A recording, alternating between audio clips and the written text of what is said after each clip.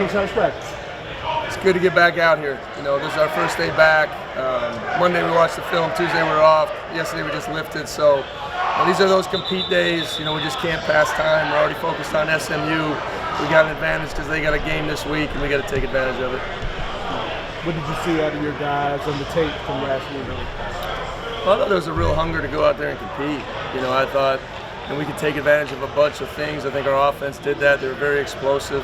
We still got to be a little bit more consistent in the red area. Defense through 3 quarters was really dominant. We got to work on still finishing in the 4th quarter. Penalties, techniques. We had 5 explosive plays in the special teams game and probably left 3 more of them out there just on sheer effort and technique. So there's so much to clean up. We're happy with where we're at, but we're not satisfied. What the bye week looks like, cleaning up some of that stuff, and how does it look? Yeah, I think it's a blend. I think you get after game 6, I think you really know who you are. So we've identified the guys that we can count on, and if we're getting repeated mistakes, we got to go out there and have a willingness to go correct them. So that's the task to the coaches. We got improvement plans for everybody in our organization, and we got to go out there and execute those over the final 6 weeks. When you say everybody in the organization, that includes the staff? It does. It does. What do they need to improve on? Well, I'm still working through some of those, but offensively, I like where we've grown. I think through the first couple games, I think we were a little bit hesitant to take the ball over the top. So I thought we've done a good job of that. Our red zone plan, our conversion down plan, we need to put those guys in better situations to go out there and execute. That's from a staff standpoint. Protection-wise, offensively, it's been fantastic. We're really happy with our offensive line and what they're doing, and we still want to establish the line of scrimmage better in the run game. But at this time 3 weeks ago, we were talking about play entry problems. We were talking about hat placement problems. Really feel like we've gotten a lot of those things a lot better. Definitely not perfect, but we're understanding kind of the vision of it. Defensively, we're elite at preventing explosive plays. I think our defensive front has proven to be really disruptive, and it's just finding that kind of last instinct to be one of those great defenses, right? We're really, really close. In the special teams phase, we're getting more consistent. Chris Barnes is a problem on kickoff return. The fact that they kicked it to him last week was interesting. Our punt return, we talked about it, not happy with that unit, and they're out here after practice working because there was some lazy stuff on tape. Our punt game needs to get better. We're only netting 34, which isn't winning football right now. I think Connor's really kind of settling into that field goal position. So across the board, there's so much to grow and get better at, but that falls on us as coaches to really create a vision, not just say, hey, we got this extra time, let's just hang out. We got to get out there with a vision, and we got to implement that with these guys. Jake, you mentioned the defensive line being so disruptive, the team in particular. I think he's rated #1 interior defensive lineman in the country right now. What have you seen? By who?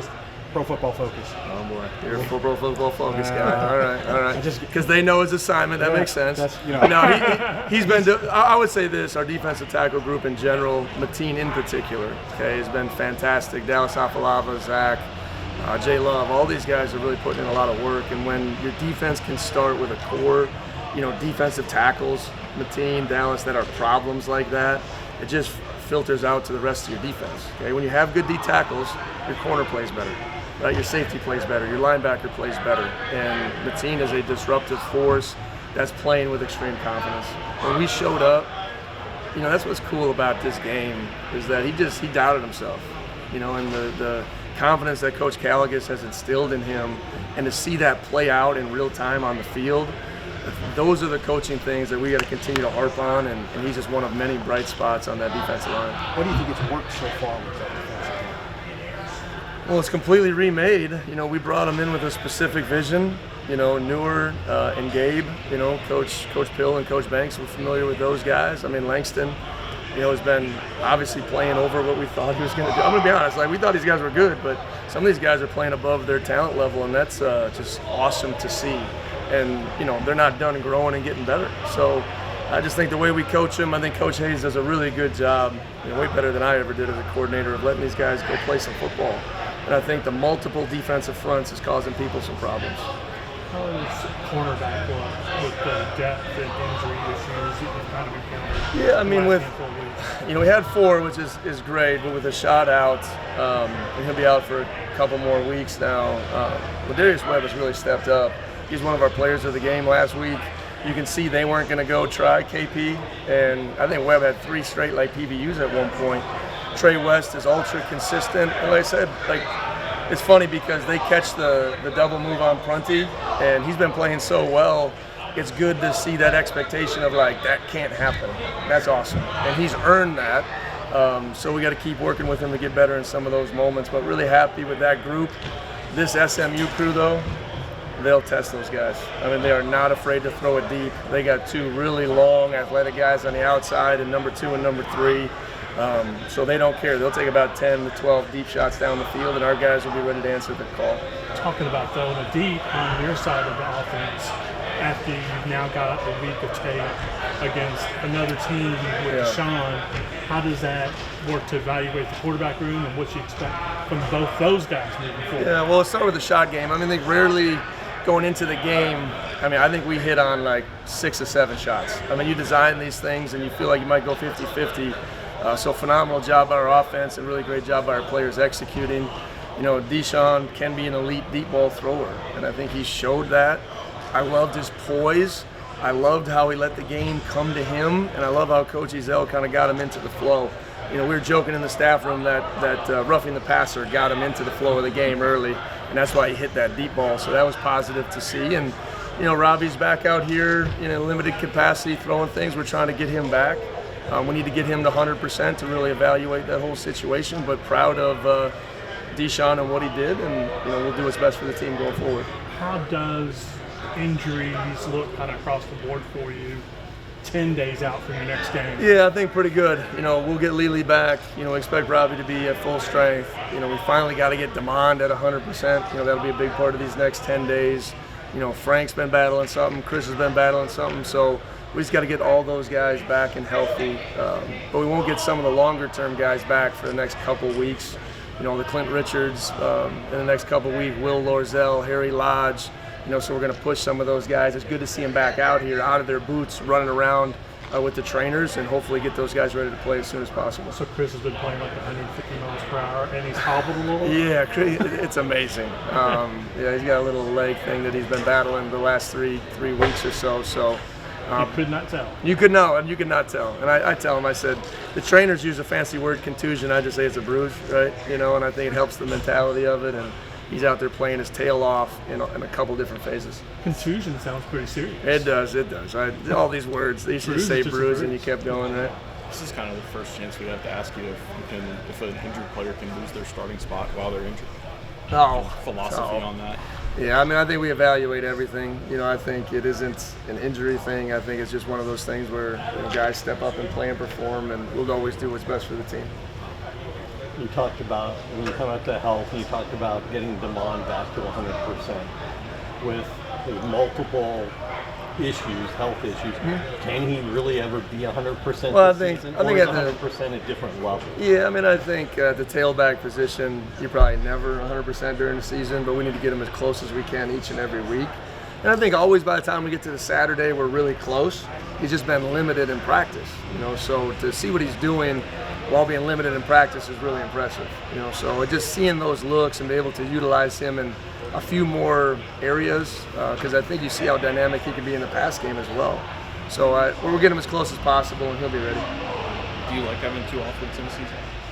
I actually do. I think the first one was last year. I like to be a little bit more spaced out here and there, but it's been good for our young team to kind of get first quarter done, second quarter done. Now we're going to go third and fourth quarters all together. So I'm a big believer in it. You know, I think eventually the college football season will be pushed up, hopefully into week 0, and we'll kind of have this every year.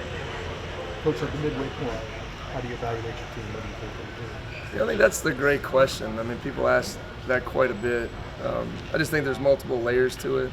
You know, the one thing I look for is like the connection of the team has been great. You know, with the concept, the culture, and like what we're trying to build. I think I'm really proud of the guys, and I think you see that on the field. You know, performance-wise, I think as a coach, you know, you always want more. But really proud of where our team's at. You know, obviously the one unfortunate loss, but our guys are really believing. And I told the coaches that we got to use that power to put them in the best position to go compete over these last 6 weeks. We're going to take one at a time. Not one game is more important than the other, But I told you when I first took the job, like, this isn't just like, let's throw this year away. You know, the best program builders maximize the moments. And that's what I owe Nick Anderson and Demond and all those other seniors that are just working their tail off each and every day. But it's the players. The players have done this. Like, I get way too much credit. You know, these guys are coming out here working their tail off. They believed in their coaching staff, and we got to keep getting better. We've done that through 6 weeks, and we can't stop now. Is there any recognition or discussion with the players about the last 2 years? They won 4 games. And you guys are halfway through a season and you won 4. No, we don't talk about that. I tell you guys a lot, and a lot of times, you know, Mitch does a great job, you know, bringing those game weeks to life. If you haven't seen him on Twitter, what I told the team, I said, you know, right now we're 4-2, and everyone's like, oh, you know, look at old little Wake Forest. Look what they're doing. We're so happy for them. Look at these guys, little try-hard guys. Like, is that what we're satisfied with? You know, and I use that in jest, and they took it the right way. But the same thing, like, that's the narrative, you know. So we're a big-time football team. We got big-time players. We got big-time resources, and we're building something great. But we got to go out there and do it. And SMU is cream of the crop in our league. It's really talented, really athletic. It's going to be an awesome challenge. So we got 2 weeks to prepare. I mean, they haven't even thought about us yet. They're worried about Clemson right now.